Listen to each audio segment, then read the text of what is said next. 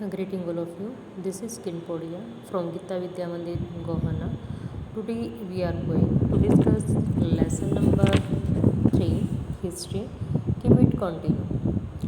Last day we discussed about what problem faces by niche cultivators, and today we study under the RAG system. The planters force the RAG to sign a contract and agreement सट्टा। रैयती व्यवस्था के तहत बागान मालिक रैयतों मतलब किसानों के साथ रैयतों के साथ एक अनुबंध तैयार करते थे। अनुबंध होता है कि 1 साल के लिए 2 साल के लिए, जैसे कि किसी की खेत हम ठेके पर लेते हैं, इस प्रकार से। At times they pressurized the village headman to sign the contract on behalf of the rats। कई बार वे गांव के मुखियाओं को भी रैयतों की तरफ से समझौता करने के लिए बाध्य करते थे, फोर्स करते थे। Those who signed the contract got cash advance from the planters at low rate of interest to produce indigo। अब इसमें क्या करता था वो, जो अनुबंध पर साइन करते थे उन्हें नील उगाने के लिए कम ब्याज की दर पर बागान मालिकों से कैश नगद कर्जा जो है वो मिल जाता था। अब जब जिसको पैसा चाहिए था, पैसा मिल रहा है कम रेट ऑफ इंटरेस्ट पर, तो अब इनको फोर्स केवल किसके लिए किया जाएगा, इंडिगो के लिए, कि केवल इसी फसल का उत्पादन करना है, किसी दूसरी फसल का नहीं। But the loan committed the rate to cultivating indigo on at least 25% of the area under his holding. कर्जा लेने वाले रैयत को अपनी कम से कम 25% जमीन पर नील की खेती करनी होती थी। The planters provided the seed and the drill, while the cultivators prepared the soil, sowed the seeds and looked after the crops। तो जो बागान मालिक थे बीज और उपकरण मुहैया कराते थे, उपलब्ध कराते थे, जबकि मिट्टी को तैयार करना, उसमें बीज बोना, पानी देना, फसलों की देखभाल करना, ये सारा ठेका किसका होता था, काश्तकार का, जो ठेके पर लेता था इसको। तो इस प्रकार से आप देखोगे कि जैसे ज्वार होती है प्रेजेंट में, पशुओं का चारा जो है, उसी टाइप की ये फसल होती थी। पहले इसको बोते थे, फिर ये बड़ी होती थी, फिर कटाई करते थे, फिर इसको ऐसे लेकर वो आते थे। तो काफ़ी टफ काम होता था ये इनके लिए। Now next,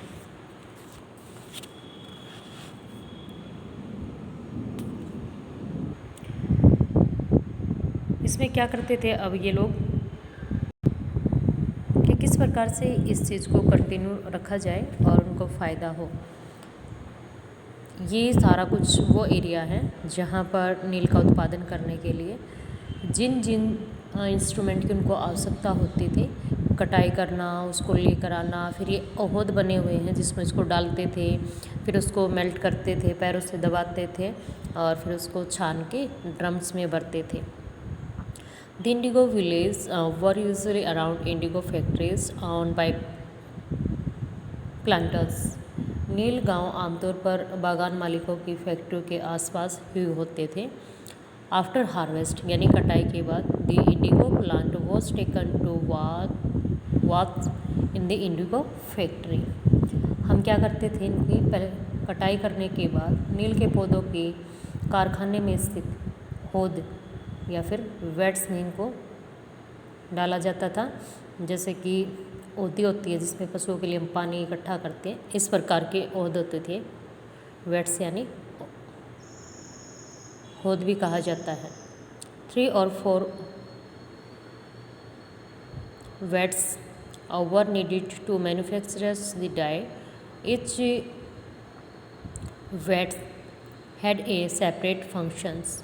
The leaves stripped of the indigo plant were first soaked in warm water in a vat known as the fermenting or steamer vat for several hours।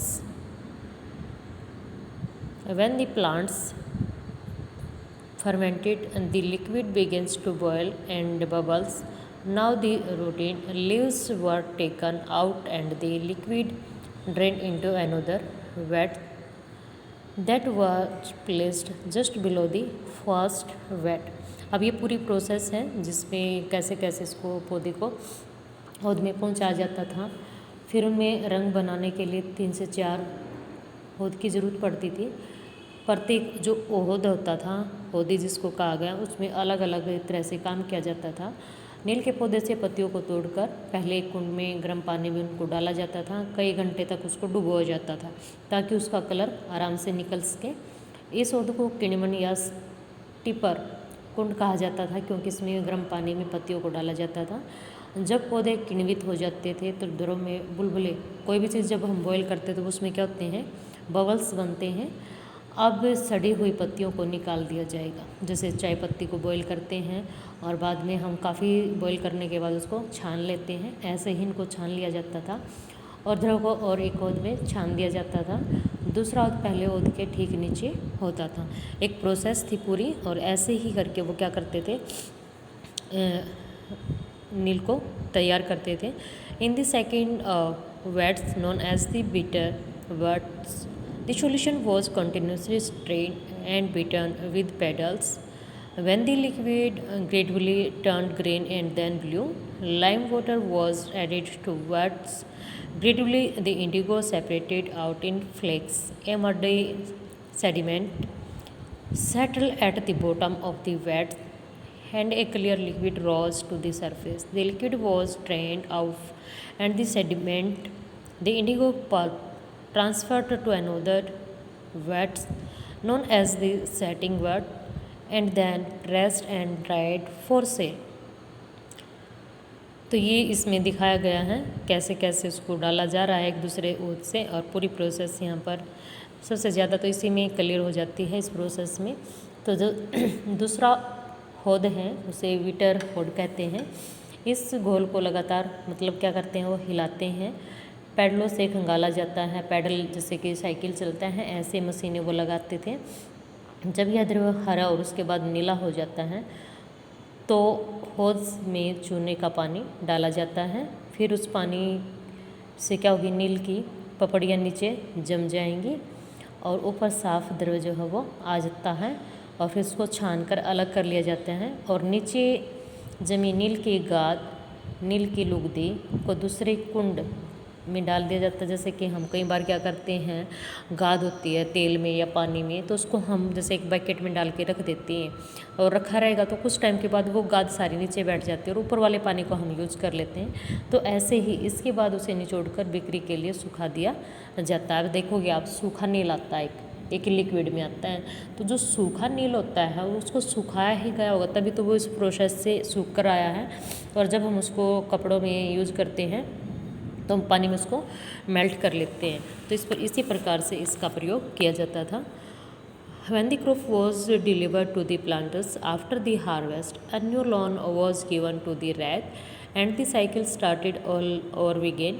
Peasants who were initially tempted by the loans soon realized how harsh the system was.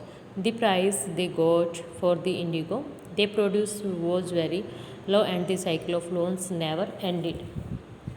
इसमें क्या है अब कि जो किसान थे, एक फसल क्या हो जाती है, पूरी हो जाती है, फिर दूसरी की क्या हो जाएगी, स्टार्ट हो जाएगी। और उसके बाद किस प्रकार से किसान अपना काम स्टार्ट रखते हैं। तो जो किसान क्या है, पहले उन्होंने कर्ज लिया था, एक फसल कंप्लीट होने पर वो उससे फ्री हो जाते हैं। पहले इन कर्जों से क्या करेंगे, अच्छा लगता था लेते थे, बट धीरे धीरे करके जब फार्मर्स को इससे कोई फ़ायदा नहीं होता तो उससे निकलना चाहते हैं। और जल्दी ही उन किसानों की समझ में आ गया था कि यह व्यवस्था कितनी कठोर है उनके लिए। उन्हें नील की जो कीमत मिलती थी वह बहुत ही क्या होती थी, कम होती थी और कर्जों का सिलसिला कभी भी ख़त्म नहीं होता था। एक बार मतलब जो फार्मर्स इस लोन के चक्कर में फंस जाता था वो लाइफ टाइम कभी भी इससे बाहर नहीं निकल कर आता था। There were other problems too, और भी अन्य समस्याएं थी। The planters usually insisted that indigo be cultivated on the best soil in which peasants prefer to cultivate rice. Indigo moreover had deep roots and exhausted the soil rapidly. After an indigo harvest, the land could not be sown with rice. समस्याएं तो और भी थी। बागान मालिक चाहते थे कि किसान अपने सबसे बढ़िया खेतों में किसका उत्पादन करे, नील का। लेकिन नील के साथ परेशानी यह थी कि उसकी जड़ें बहुत गहरी होती थी और वह मिट्टी की सारी ताकत को खींच लेती थी। नील की कटाई के बाद वहाँ धान की खेती या अदर्स जो भी क्रॉप्स थे वो कर पाना मुश्किल हो जाता था। तो इसलिए भारतीय किसानों के लिए एक प्रॉब्लम सामने आई। The blue rebellions and afters, नील विद्रोह और उसके बाद in March 1859 thousands of ryots in Bengal refused to grow indigo. मार्च 1859 में बहुत सारे बंगाल के किसानों ने मना कर दिया नील का उत्पादन करने से। As the rebellions separate the ryots refused to payments to the planters and attacked indigo factories armed with swords and spears, bows and arrows. जैसे जैसे विद्रोह फैला, रैयतों ने बागान मालिकों को लगान चुकाने से इनकार कर दिया। वे तलवार, भाले, तीर कमान लेकर नील की फैक्ट्रियों पर क्या करने लगे, हमले करने लगे, क्योंकि उसको अपना दुश्मन मानने लगे थे। Those who worked for the planters were socially boycotted and the Gomastha, agent of planters, who came to collect rent, were beaten up. अब इतने गुस्सा इंडियन फार्मर्स में आ चुका था कि बागान मालिकों के काम करने वालों को सामाजिक बहिष्कार किया जाने लगा लोगों के द्वारा, कि हम में से अगर कोई ब्रिटिश के लिए काम करता है तो उसका सोशली सामाजिक बहिष्कार किया गया। बागान मालिकों की तरफ से लगान वसूली के लिए आने वाले गुमास्ता एजेंटों की भी पिटाई की गई, जो कलेक्ट करते थे ब्रिटिश ऑफिसर्स के लिए टैक्स के रूप में। Rates show they would no longer take advance to show indigo nor be built by the planters। तो रैयतों ने कसम खा ली थी कि वो नील की खेती के लिए कर्जा नहीं लेंगे और ना ही बागान मालिकों के लाठीदार जो उसके अंडर में होते थे उनके अकॉर्डिंग हमसे फसली उत्पादन करवाते थे। लेठियाल्स the lathi wielding strong man maintained by the planters, जो प्लांटर्स के अंडर में काम करते थे और हमसे मतलब फसलों को ग्रो करवाते थे, अब हम उनकी बातें नहीं मानेंगे। ये किसानों ने मतलब विरोध प्रदर्शन किया। Why did the Indigo peasants decide that they would know longer remain silent. क्यों भारतीय किसान जो थे नील का उत्पादन करने वाले, उन्होंने कहा कि अब वो लंबे समय तक चुप नहीं रह सकते। What give them the powers to rebels, उन्हें बगावत की ताकत कहाँ से मिली होगी, क्यों इतने दिन वो चुप रहे। Clearly the indigo system was intensely oppressive, but those who are oppressed do not always rise up in rebellions, they do so only at times. इसमें कोई शक नहीं कि नील की खेती अत्यंत दमन किया, लोगों का शोषण किया, लेकिन जो लोग दबे होते हैं वे हमेशा बगावत नहीं करते, ऐसा कभी कभी ही होता है। In 1859, the Indigo Rats felt that they had the support of the local zamindars and village headmen in their rebellions against the planters। 1859 में नील रैयतों को लगा कि बागान मालिकों के खिलाफ बगावत में उन्हें स्थानीय जमींदारों मुखियाओं का भी समर्थन मिल सकता है। In many village headmen who had been forced to sign indigo contracts mobilized the indigo peasants and fought with battles with the लेठियाल्स। लेठियाल मतलब लाठियाँ लेके विरोध करते थे, किसानों के अगेंस्ट लड़ते थे।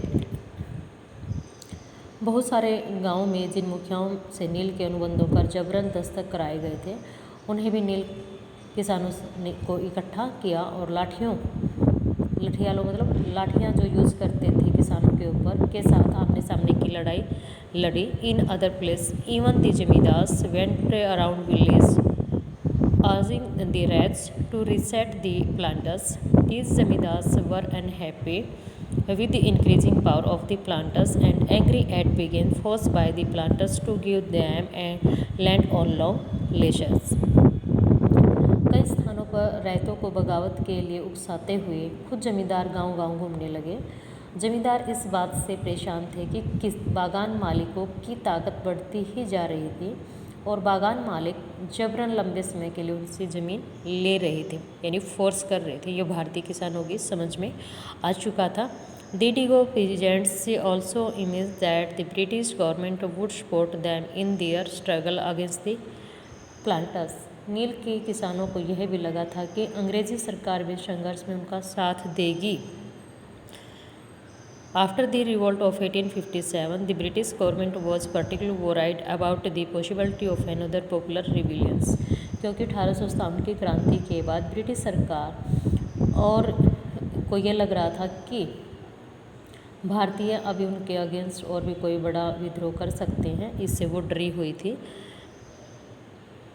When the news spread of simmering revolt in the Indigo district, जब यह न्यूज़ अलग अलग ज़िलों में फैलने लगी, कौन सी, कि किसान अंग्रेज़ों का विद्रोह कर रहे हैं, नील का उत्पादन नहीं करेंगे, तो इससे ब्रिटिश गवर्नमेंट को भी हानि होती है।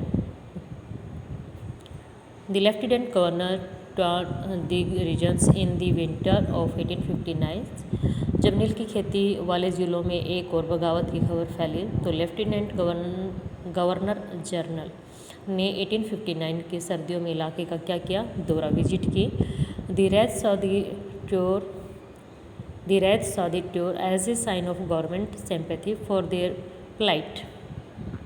रैतों को लगा कि सरकार उनकी दुर्दशा से परेशान है। When in बरसात, the magistrate Ashley Eden issued a notice stating that Wright would not be compelled to accept indigo। Context what went around that Queen Victoria had declared that indigo need not be shown। Eden was trying to plate the peasants and control an explosive situation, but his action was read as support for the rebellions। तो जो बरसात में magistrate Astley Eden ने एक notice जारी किया जिसमें कहा गया था कि रैतों को नील के अनुबंधन मानने के लिए मजबूर नहीं किया जाएगा। क्यों नहीं किया जाएगा? क्योंकि अब उनको लगने लगा था कि ये इंडियन फार्मर्स उनकी बातों को मानने वाले नहीं हैं। इस नोटिस के आधार पर लोगों में यह खबर फैल गई कि रानी विक्टोरिया ने नील की खेती न करने का हुक्म दे दिया। ईडन किसानों को शांत करने, विस्फोटक स्थितियों को नियंत्रित करने की कोशिश कर रहे थे। उसकी कार्रवाई को किसानों ने अपने विद्रोह का समर्थन मान लिया। तो इस प्रकार से क्या है, उसको फ़ायदा होता है। जैसे जैसे विद्रोह फैला, अब आगे फैलता रहेगा ये। As the rebellion separate intellectuals from Calcutta rushed to the indigo district, they wrote of the misery of the ryots, the tyranny of the planters and the horrors of indigo system. जैसे जैसे विद्रोह फैला, कलकत्ता के पढ़े लिखे लोग भी नील जिलों की ओर चल पड़े। क्यों? क्योंकि जहाँ पर वो विद्रोह कर रहे थे, पढ़े लिखे लोगों ने उनका साथ दिया। उन्हें रैयतों की दुर्दशा, बागान मालिकों की जोर जबरदस्ती, अत्याचारी नील व्यवस्था के बारे में अपनी बुक्स में, अपने मैगजीन में लिखना स्टार्ट कर दिया। Worried by the rebellions, the government brought in the military to protect the planters from assault and set up the Indigo Commission to inquiry into the system of indigo productions। The commission held the planters guilty and criticized them for the coercive methods they used with indigo cultivators। It declared that indigo production was not profitable for Rayth। The commission asked the Rayth to fulfill their existing contracts, but also told them they could refuse to produce indigo in future। इस बगावत के बाद क्या होता है कि जो नील के उत्पादन कर रहे थे परेशान थे, तो सरकार को बागान मालिकों की रक्षा के लिए सेना बुलानी पड़ी। नील उत्पादन व्यवस्था की जांच करने के लिए एक नील आयोग बनाया गया। इस आयोग ने बागान मालिकों को दोषी पाया, जोर जबरदस्ती के लिए उनकी आलोचना की। आयोग ने कहा कि नील की खेती रैयतों के लिए फ़ायदे का सौदा नहीं है। आयोग ने रैयतों से कहा, यानी किसानों से कहा कि वे मौजूदा अनुबंधों को पूरा करें, लेकिन आगे से वे चाहे तो नील की खेती बंद कर सकते हैं। It depend on their choice. किसानों के हक में ये कमीशन बनाया गया था और इसी को अप्लाई भी किया जाता है। After the revolt, indigo production collapsed in Bengal, but the planters now shifted their operations to Bihar with the discovery of synthetic dyes in the late 19th century. Their business was severely affected, but yet they managed to expand production. When Mahatma Gandhi returned from South Africa, peasants from Bihar persuaded him to visit Champaran and see a plight of the indigo cultivators here. Mahatma Gandhi visit in 1970 marked the beginning of the Champaran movement against the indigo planters. तो इसमें क्या होता है, महात्मा गांधी जी 1915 में south Africa से India में आते हैं और जब उस टाइम पे इंडिया में जो नील उत्पादन है या जो किसान थे बिहार के, इनकी स्थिति काफ़ी ही दयनीय थी। इस बगावत के बाद बागानों में नील का उत्पादन धराशायी यानी ख़त्म हो गया। इसके बाद बागान मालिक बिहार पर ध्यान देने लगे। 19वीं सदी के आखिर में आर्टिफिशियल रूप से रंगों का निर्माण होने लगा। इससे उनके व्यवसाय भी बुरी तरह प्रभावित होंगे। एक चीज़ हम जो नेचुरल यूज करते हैं प्राकृतिक, और जब आर्टिफिशियल, बोथ आर डिफरेंट, फिर भी वे उत्पादन फैलाने में सफल रहे। जब महात्मा गांधी दक्षिण अफ्रीका से लौटे तो बिहार के किसान ने उन्हें चंपारण आकर नील किसानों की दुर्दशा को देखने का न्योता दिया था और 1917 में महात्मा गांधी चंपारण बिहार में है एक जगह का नाम, यहाँ पर जाते हैं, बागान मालिकों के खिलाफ आंदोलन की शुरुआत करते हैं और ये गांधी जी का फर्स्ट मोमेंट भी होगा जो कि after return from south Africa से है। इस प्रकार से हम इन्हें इस लेसन में स्टडी किया indigo productions why are not Indian happy, कि नील के उत्पादन से क्यों भारतीय खुश नहीं थे। तो इसमें हमने रीड किया। Thank you, have a nice day.